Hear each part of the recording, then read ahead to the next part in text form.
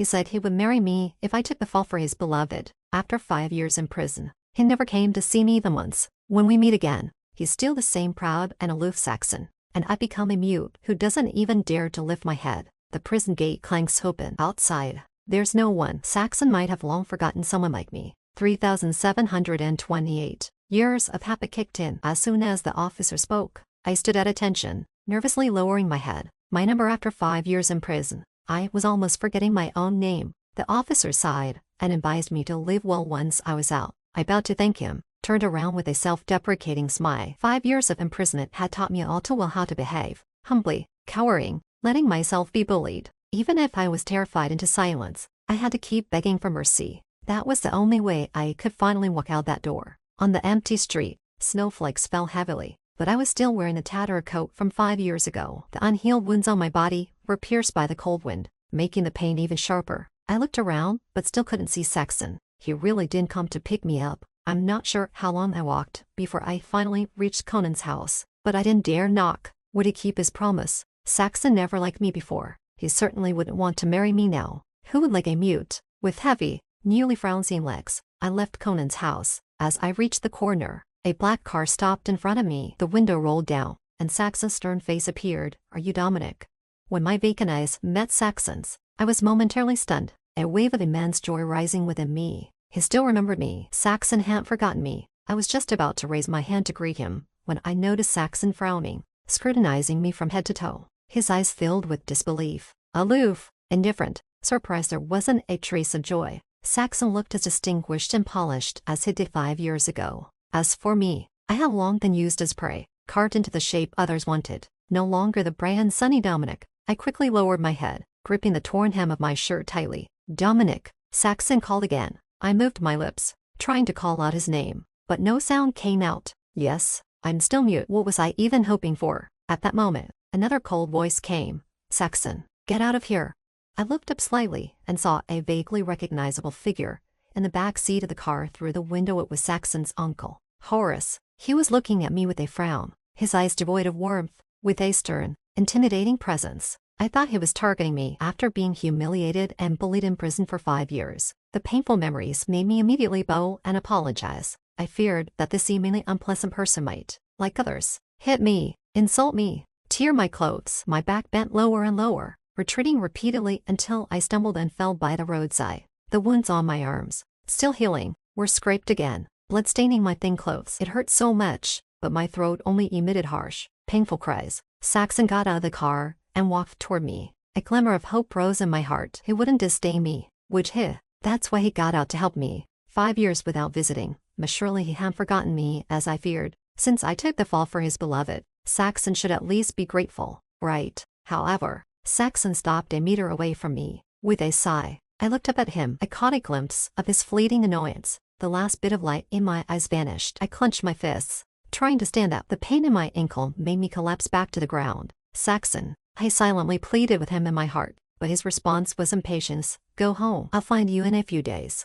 With those words, he turned and walked away, his steps quick as if something disgusting was chasing him. Home. Do I even have a home? Before meeting Saxon, I was an orphan. After meeting Saxon, he once drove all night to another city to keep me company on a business trip because I was scared. When I cried over work troubles, he held me in his arms and comforted me softly. I said I wanted to eat dumplings, and despite never having cooked before, he got up in the middle of the night to make them for me. He cut himself with a knife several times and even burned himself, yet he still blamed himself. Just because the dumplings weren't cooked properly, he couldn't give them to me. At the time, I thought, this must be love, right? But just as I thought, I finally had a home. His beloved Joan returned from abroad. The moment I saw Joan, I realized Saxon's tenderness and affection were not for me, but were merely a way to remember someone else through my face. I wanted to ask Saxon. That night, he drove all night to find me. Was he worried that Joan might be scared in a foreign land? When he comforted me,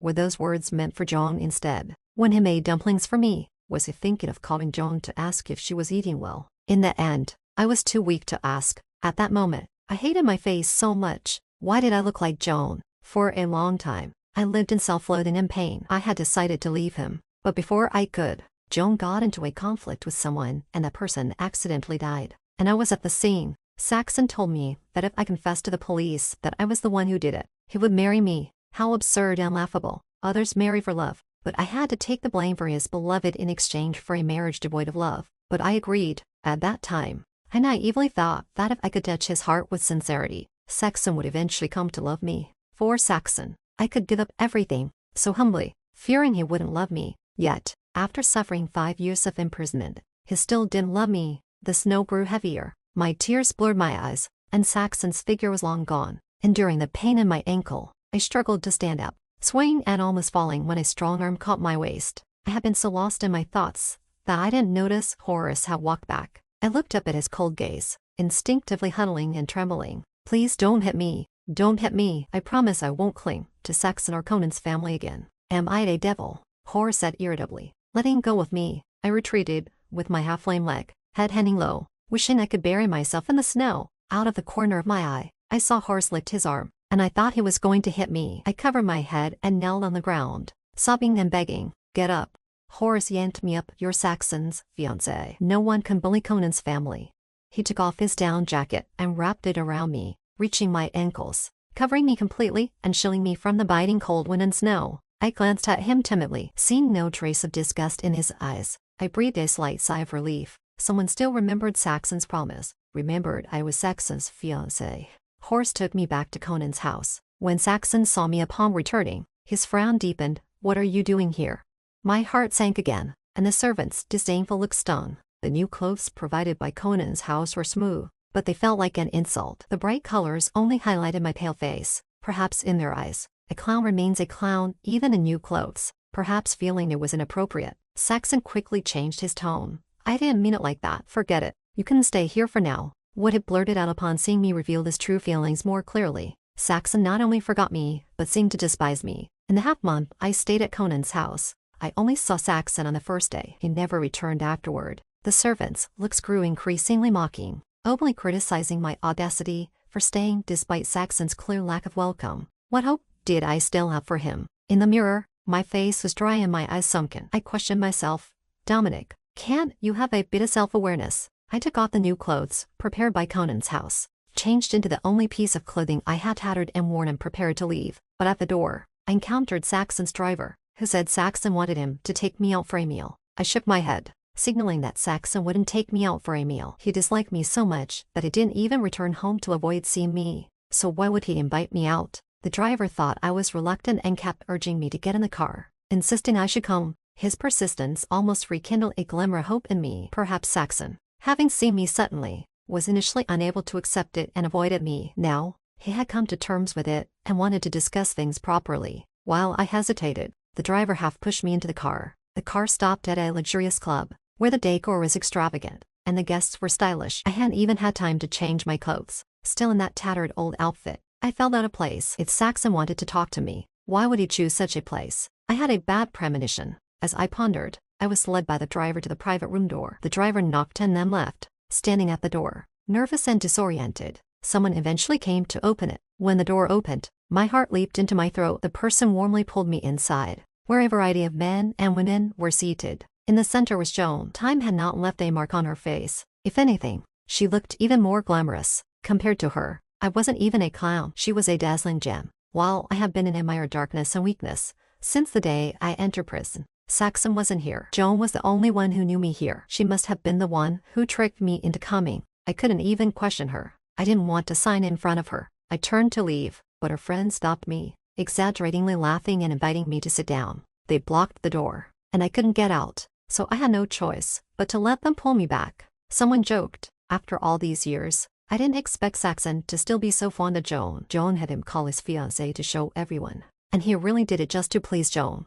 Everyone turned to look at me. Some were watching with amusement, others were mocking, and some were disdainful. A sharp pain pierced my heart. The habit of enduring from my time in prison made me only know how to endure. I lowered my head and gritted my teeth. Joan was sitting, and I was standing. Joan was confident and graceful, holding her head high. I was tense all over, shrinking and timid. In front of her, I felt like a deeply guilty person, but she was the one who had done wrong. It was her impulsiveness and reckless violence that landed me in prison. Saxon promised to marry me, but to make her spy, he deceived me into coming here so that Joan and her friends could humiliate me. Joan looked me over as if she were a superior, inspecting a lowly servant from the old society, saying coolly, "Dominic, it's been a while. I'm sorry. I was just joking with Saxon. I didn't expect him to actually bring you here." But from her gaze and tone, I felt not a hint of apology. She even seemed quite pleased. Someone whispered to Joan, "Stop being moody. As long as Saxon isn't blind, he must like you."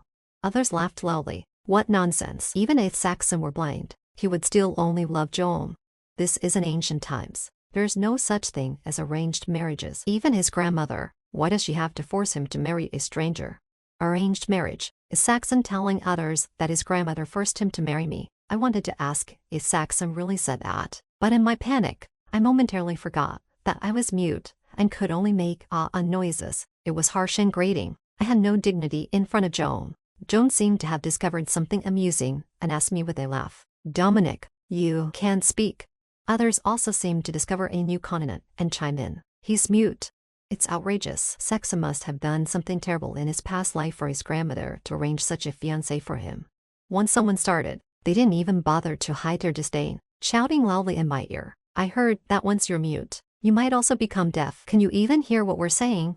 Joan got up and walked over to me, pulling away the woman who had been shouting in my ear, her red lips curling up. "All right, she's Saxon's fiancé after all. Don't bully the disabled." It seemed like she was protecting me, but she was only trampling on what little dignity I had left. Her expression was so haughty, her gaze full of sympathy and pity for me, and a determination to have Saxon. I took the blame for her, and Joan didn't even show a hint of gratitude. It was taken for granted. Why should she pity me? I was cursed, beaten, and had my head held under cold water during the winter in prison. These were things Joan should have experienced. I endured them in her place, just to gain even a shred of Saxon's affection. But Joan just stood there quietly, and Saxon gave his true heart to her, even at the cost of humiliating me for her amusement. Why? The extreme anger made me unable to tolerate it any longer. Smack! Summoning all my courage, I slapped Joan. Joan looked at me in disbelief, and everyone else was stunned, not expecting me to act suddenly. After reacting, Joan raised her hand without hesitation, and others surrounded me. Scenes from my time in prison surged in my mind. The painful experiences made me shrink. Just as I thought Joan's slap was about to land on me, Saxon's voice came. "Dominic, how dare you?" It turned out that from the moment Saxon pushed open the door and entered, Joan had already been covering her face and crying. She was even shaking more violently than I was. Then I felt a kick to my chest and fell heavily to the ground. Saxon glared at me. "Dominic, I will do what I promise you. Why are you still causing trouble for Joan?" I shook my head desperately. "No, I didn't. She tricked me into coming." Saxon's face was filled with disgust. "What's with that pitiful act? Speak up." "Speak." But I'm mute. Others had already started to cover their mouths and sneer. Saxon continued, "If you still want to marry me, don't even think about comparing yourself to Joan. Know your place." At this moment, another voice came. "What place? She's the future Mrs."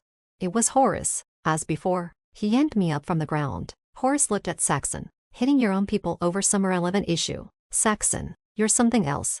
Saxon was still defending Joan, arguing how innocent she was. While I was unreasonable, it turned out that when Saxon loved someone, he would unconditionally side with them, distinguishing right from wrong, black from white, cruel and harsh. And I, no matter how hard I tried, could never become Saxon's choice. From now on, I would no longer dream such ridiculous dreams. I turned and left, and this time no one stopped me. I only had $2,000 left from before my imprisonment, and after buying a winter coat, there was even less. I couldn't find a suitable rental place in the short term. Moreover, having not communicated with others for a long time, I was always shrinking and timid during conversations, and as a mute, almost no one was willing to talk to me. Even fewer were willing to hire me. The restaurant owner disgustedly pushed me out. "A mute looking for a job. Get lost. Don't bring me bad luck."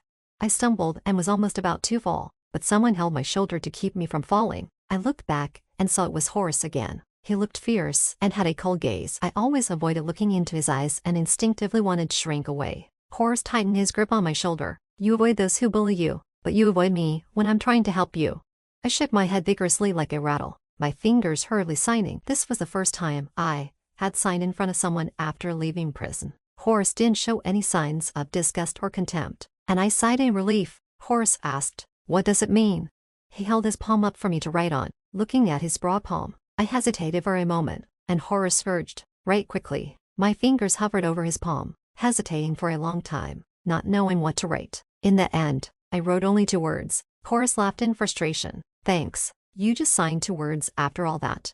His smile was more frightening than his frown. I bowed deeply to him and, while he was momentarily stunned, quickly turned and left. I couldn't tell him the truth. I thought he didn't look like a good person. Horace chased after me. Aren't you looking for a job? I have a house, and you can clean it every day. I knew Horace was deliberately saying this to help me, and I was very grateful to him. During the time Horace showed me the house, Saxon never contacted me, and I didn't reach out to him or follow his news. Without me as a stumbling block, Saxon must be very happy. I was unwilling to be deceived by Saxon and humiliated by Joan. Defeated and ruined, but the ingrained cowardice and inferiority from 5 years made me not know how to handle it. I hated myself for only being able to escape. I started working hard to earn money, unable to find a job in reality. I took orders online to draw. Every morning I drew, and in the afternoon I went out for walks, interacting with the outside world and working on my nearly disappearing communication skills. Horace would occasionally come over to inspect the work, although I knew he meant no harm.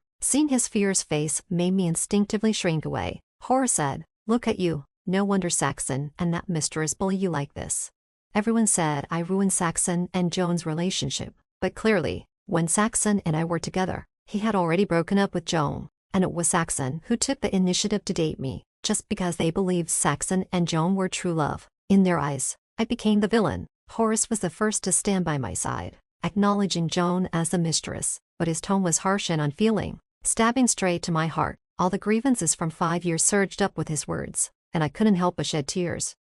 Horace looked at my reddened eyes, momentarily at a loss. All right, my fault. I shouldn't have said that. After that day, Horace increased his visits. Perhaps he couldn't stand seeing me so weak, and he always took me to crowds or important occasions to build my courage. When someone dared to mock me as just a mute who could only sign, Horace's glance would make them either apologize or flee. Gradually, there were fewer and fewer people mocking me, and under Horace's influence, I began to care less about others' strange looks. My hollow, soulless eyes started to show a smile, radiating light when I saw Horace glaring and threatening those who bullied me. But Horace insisted I go to the hospital for treatment. I knew my muteness wasn't due to damaged vocal cords or other physical reasons, but rather psychological trauma. Overcoming psychological barriers inevitably meant confronting the painful memories of those 5 years in prison, memories I never wanted to recall. I was unwilling to face it. I argued with Horace, and he didn't come by for several days. In a fit of pique, I also ignored him.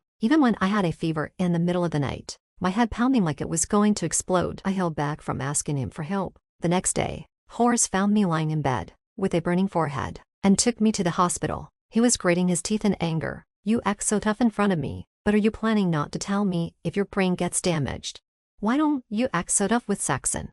Half awake, I opened my eyes and saw him. No one had ever been so worried about me when I was sick before. I buried my head in his shoulder and wanted to cry. Horace helplessly said, crying whenever Saxon is mentioned, you better not still be hung up on him. In the hospital room, Horace mentioned this more than once, his expression angry and restrained, as if they had suffered a great injustice. The doctor in charge of my treatment grumbled about Horace, saying, she married you, so she clearly cares about you. Stop obsessing over your wife's sex. I replied. Horace said.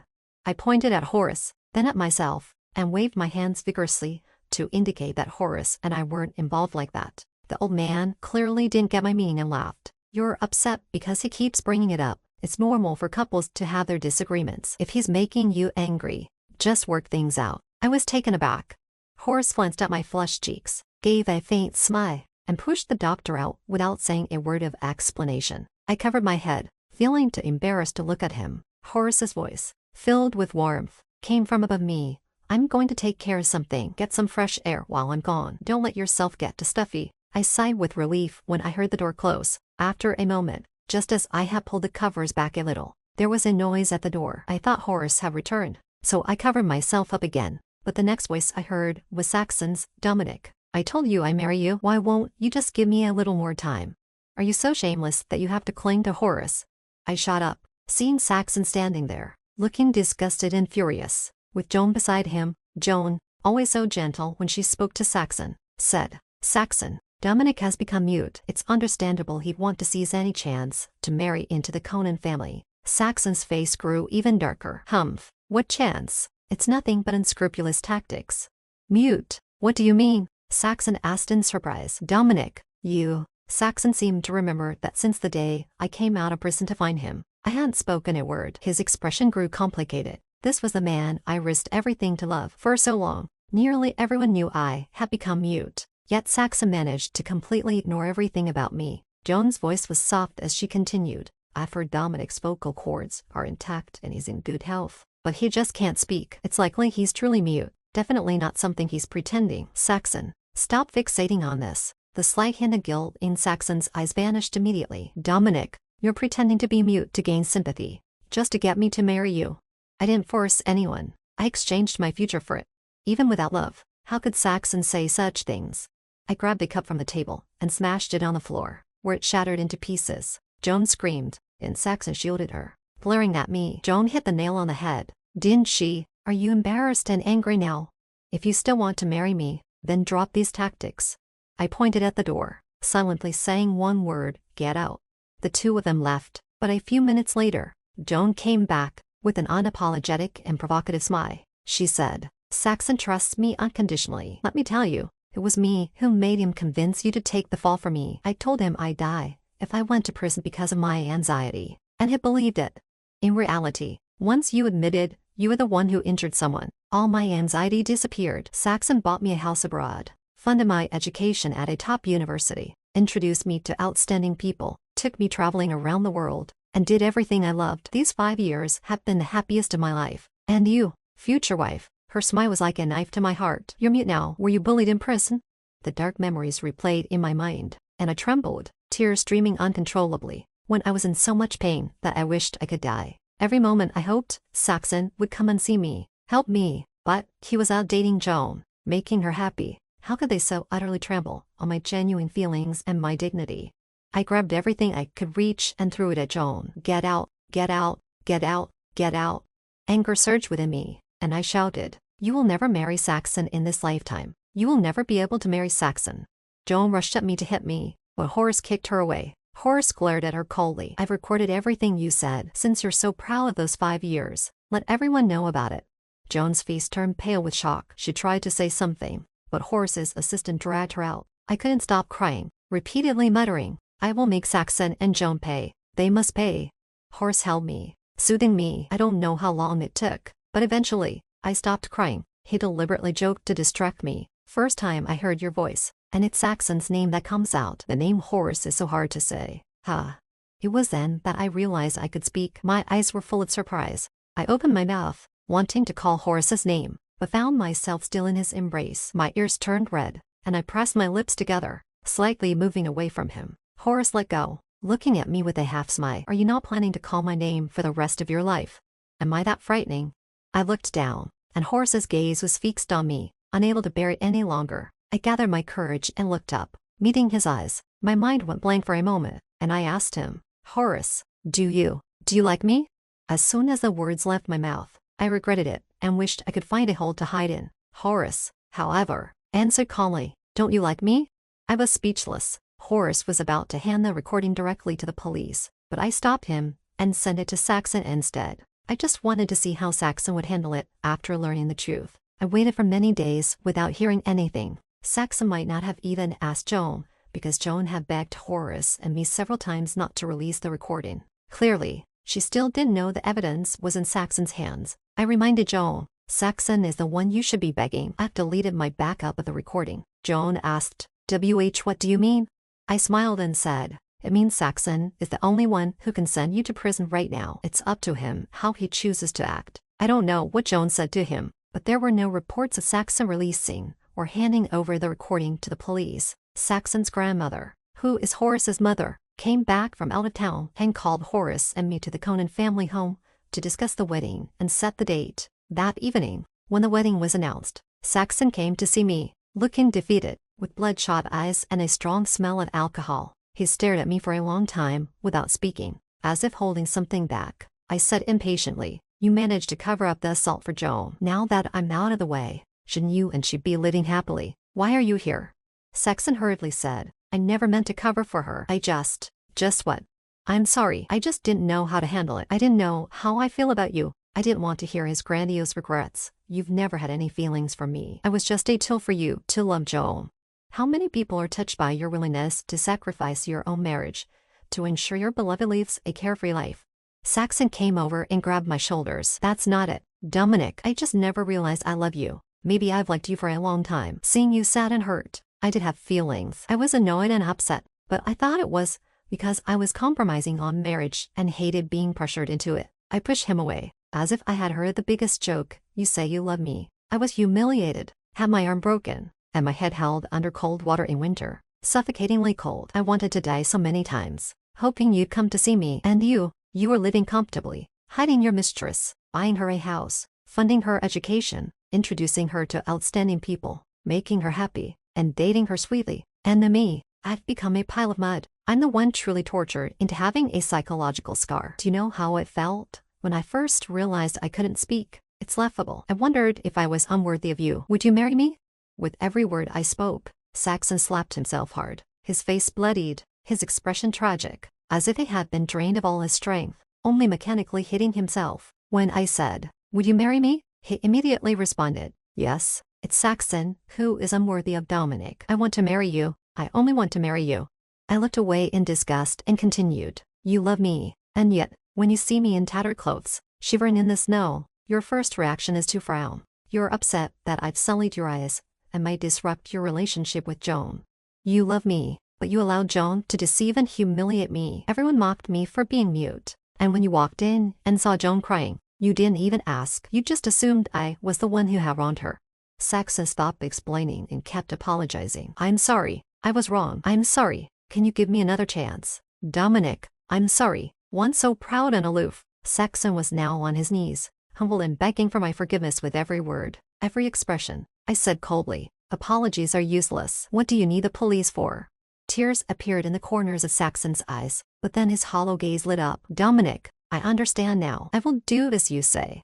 The next day, Joan was arrested by the police. Joan's overseas studies had been funded by Saxon, and only with his large financial support did the school agree to admit her. Saxon contacted the school to revoke Joan's degree and diploma. He also reclaimed the house, car, cash, and jewelry he had gifted her, converting the irretrievable items into cash. Joan couldn't afford to repay it all, and after accounting for everything, she would owe several million even after her release. The talented people she associated with all started spreading various scandals about her as gossip and distanced themselves from her. A few months later, when I visited her in prison, Joan looked just like I did 5 years ago. Her long, glossy black hair was draped around her like straw. Her eyes were hollow and lifeless. Her posture was hunched, and her cheeks were marked with scars, and her lips were swollen. She stared at me, tears silently streaming down her face. I ignored her. How does it feel to have everything destroyed by someone you loved and be sent to prison? Joan suddenly stood up. "It was you. You're the one who encouraged Saxon to do this to me." I laughed. "Didn't you say he trusted you unconditionally?" Joan seemed drained of all her strength and stumbled to the floor, murmuring, "Saxon said he loved me, that he would always care for me. We were so happy together. How could he forget? You said those 5 years were the happiest of your life. Isn't that coming true now?" I said calmly. "In the days to come, you'll remember that time even more." I turned to leave, and Joan asked one last question. "You only agreed to marry him after he ruined me, didn't you?" It was almost laughable. Just hearing Saxon's name made me feel sick. He's not worth giving up my happiness for. Saxon was also sentenced to 2 years in prison for harboring and concealing evidence. The board of directors removed him from his position. A month before the wedding, Horace accompanied me to visit him. When Saxon saw me, he stood up with joy, rushed to the glass window, and called my name, "Dominic, I knew you would come." Horace, a few steps behind me, came to my side, gave Saxon a cold glance through the glass, and pulled me into a tight embrace. Saxon's eyes were pained. "Dominic, you promised me that if I did what you said, you'd give me another chance." I looked at him calmly and said slowly, "Do you deserve it? Do you deserve me giving up my happiness?" In that moment, the last bit of light in Saxon's eyes faded away, and his face went ashen, like a walking corpse. After a long silence, he murmured, "I drove all night to find you. All I could think about was that you would be scared. When you were upset, I comforted you at that moment. All I worried about was you. When I made dumplings, I remembered you liked them sweet and added several spoons of sugar. Still, they didn't turn out well. I didn't have time to think about anyone else. But," Saxon wept uncontrollably, "why didn't I cherish you? Why did we miss out?"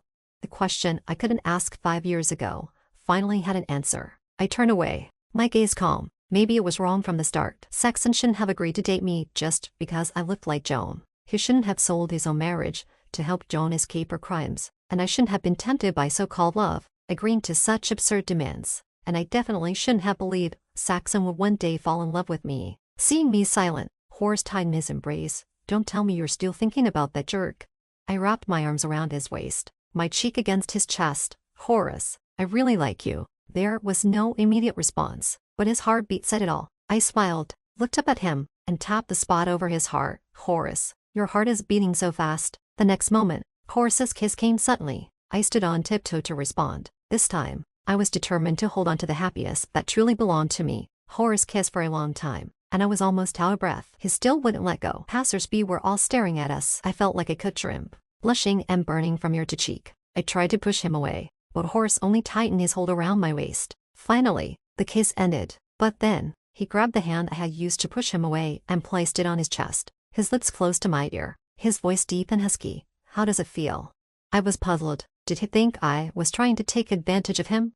Horace said, do you want to get the marriage license? Once we're married, you can touch however you want. I pressed my hand a bit more firmly, couldn't help but swallow, and found it quite comfortable. Who could resist that?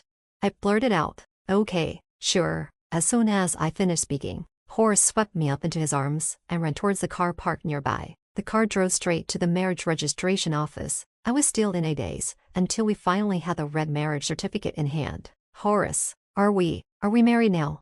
Yes, we're married. Horace took my hand again and placed it over his chest. With the certificate, you can do whatever you want. I didn't think about it. I avoided his gaze, trying to pull my hand back. Horace smiled. Didn't think about what?